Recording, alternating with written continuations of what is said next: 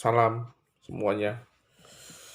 Eh, jadi kesempatan kali ini mau bahas tentang isu-isu yang beredar atau kabar-kabar, pendapat-pendapat para Madridista di Indonesia yang mayoritas mengatakan untuk Don Carlo Ancelotti, pelatih Real Madrid, agar out musim depan. Rata-rata biasanya pertimbangannya, alasannya itu pertama yaitu eh, karena kurang merotasi pemain, kedua pergantian pemain ketika berjalannya pertandingan pun di atas menit 80.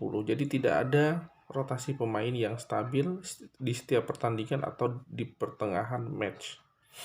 Sehingga pemain-pemain muda atau pemain-pemain lainnya selain 11 line up utama itu tidak kurang seimbang begitu ya. Nah, tapi menurut gue pribadi justru sebaliknya, Carlo Ancelotti sebaiknya dipertahankan musim depan.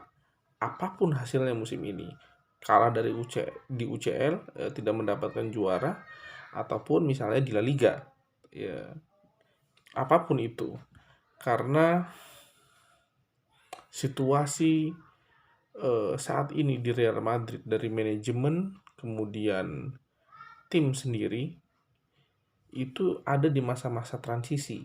Pertama karena pasca pandemi, situasi pandemi yang membuat keuangan manajemen. Kemudian kedua, pembuatan stadion Santiago Bernabeu. Sehingga menurut gua manajemen tidak akan banyak mengeluarkan uang untuk berjaga-jaga atas situasi ekonomi yang dialami oleh tim-tim sepak bola lainnya. Karena Real Madrid ini bukan dimiliki oleh sultan-sultan dari Timur Tengah. Ya, dia dimiliki oleh sosio juga, para fans-fans loyal, dan juga eh, Florentino Perez sebagai presiden klub begitu. Sehingga mm, ada keseimbangan keuangan yang perlu dijaga. Maka dari itu pelatih-pelatih top pun kita tahu seperti Jurgen Klopp, kemudian ada Tuchel, kemudian eh, rata-rata pelatih-pelatih ini digaji dengan cukup besar dan dimiliki oleh klub-klub yang dimiliki sultan-sultan yang keuangannya tetap stabil di masa-masa pandemi ini. Nah, oleh karena itu menurut gua setidaknya setahun lagi kita harus memberikan Carlo Ancelotti kesempatan begitu dengan target-target tertentu, dengan memberikan tim yang ideal, kemudian tentu memimpin masa transisi Real Madrid dari pemain-pemain senior ke pemain-pemain junior. Kemudian hal-hal juga yang perlu kita pertimbangkan itu berkaitan dengan eh, apa namanya, komposisi tim saat ini yang masih ada sebagian besar pemain-pemain senior yang dulunya dipimpin oleh Carlo Ancelotti di tahun 2014. Maka dari itu eh, Carlo Ancelotti perlu diberikan kesempatan agar melakukan transisi apik dari pemain-pemain senior ke pemain-pemain junior, pemain-pemain muda, baik yang dibeli oleh manajemen ataupun pemain-pemain muda begitu. Kemudian selanjutnya yang perlu jadi pertimbangan juga, kita tahu Real Madrid adalah klub besar yang selalu diberikan tekanan dari fans-fansnya. Sekali kalah, sekali permainan jelek, selalu ditekan terus untuk kita tidak bisa menerima. Madridista itu tidak bisa menerima dalam 1 tahun tidak mendapatkan gelar satupun. Oleh karena itu, kita membutuhkan pelatih berpengalaman yang mengetahui komposisi tim transisi ini, begitu. Maka dari itu, Ancelotti adalah pelatih yang tepat untuk situasi keseluruhan saat ini, menurut gua. Dan ini yang perlu kita sadari. Jadi jangan buru-buru melihat Don Carlo out, Don Carlo out. Kita menurut gue juga sebenarnya rotasi yang jarang itu bisa dipengaruhi beberapa faktor penting. Seperti pertama, Antonio Pintus sebagai pelatih fisik di Real Madrid telah membuat tim secara fisik kuat. Itu pertama. Yang kedua, Ancelotti sendiri ingin membangun sistem baku dengan beberapa opsi pilihan yang bisa diberlakukan. Ancelotti selalu memberikan pemain-pemain lain sebenarnya, Mariano, Jovic, tapi memang sejauh ini Jovic tidak memberikan efek yang cukup memuaskan begitu. Bahkan Ancelotti mengatakan bahwa dia tidak cukup puas dengan Jovic ketika di masa-masa pelatihan di Valdebebas begitu ya. Sehingga kemudian ada juga Bale yang sering cedera, kemudian Hazard. Dengan kondisi ini,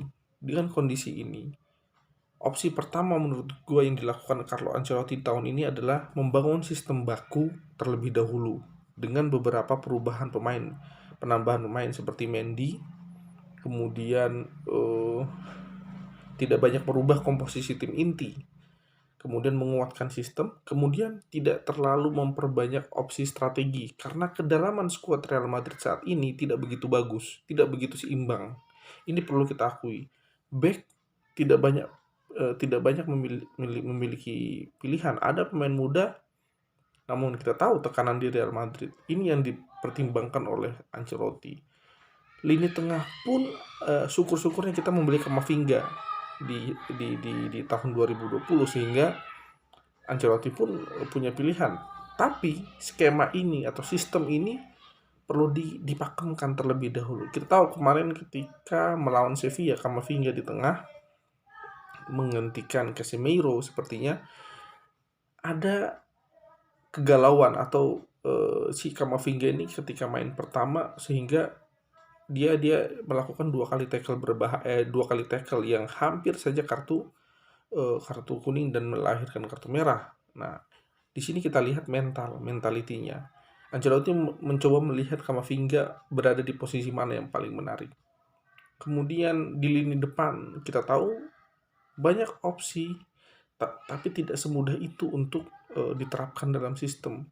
Ternyata Jovic pun tidak ideal banget begitu untuk dimainkan, sehingga Ancelotti pun memilih opsi untuk menguatkan sistem dengan tidak memperbanyak sistem sehingga tidak mengganggu sistem bermain utama di Real Madrid. So menurut gue pribadi, pertahankan Carlo Ancelotti tahun depan untuk memimpin proyek transisi ini.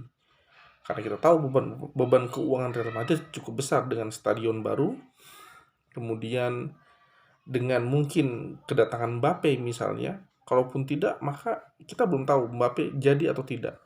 Haaland juga isunya akan ke Manchester City sekarang, yang memimpin paling terdepan dalam merekrut Haaland. Nah, kemudian ada Rudiger yang ingin ditambah, Pau Torres ataupun siapapun itu yang pasti musim ini lini tengah Real Madrid untungnya memiliki banyak opsi dengan Valverde yang mulai matang, Kamavinga yang mulai menunjukkan mentalitinya sebagai seorang pemain gelandang begitu ya. Tidak mudah kita perlu akui, tidak mudah menggantikan seorang Toni Kroos, menggantikan seorang Casemiro ataupun menggantikan seorang Luka Modric begitu. So tahun depan kita harus memahami bahwa itu adalah masa-masa transisi dan kita perlu sadari kita akan menuntut gelar gitu ya. Kita akan menuntut gelar. So dengan opsi pelatih yang ada, Carlo Ancelotti adalah yang paling tepat menurut gua untuk mendapatkan gelar dan juga memimpin proses transisi. Tinggal ditekankan saja sebenarnya oleh manajemen untuk mengganti melakukan memimpin masa-masa transisi tersebut. So mungkin itu saja yang bisa gue sampaikan pada kesempatan kali ini tentang isu-isu terkait sepak bola, terkait Real Madrid. Oke, mungkin itu saja. Bye. Assalamualaikum.